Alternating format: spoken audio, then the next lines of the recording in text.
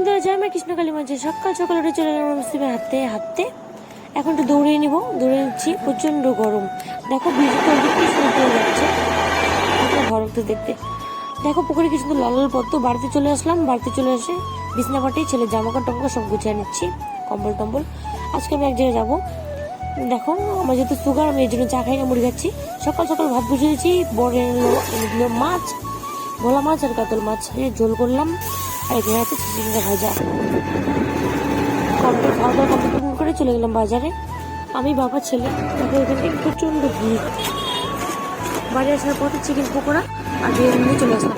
বাবা ছেলে একটা আইসক্রিম কিনে দিয়েছে, ছেলে মুখে অবস্থাটা দেখো।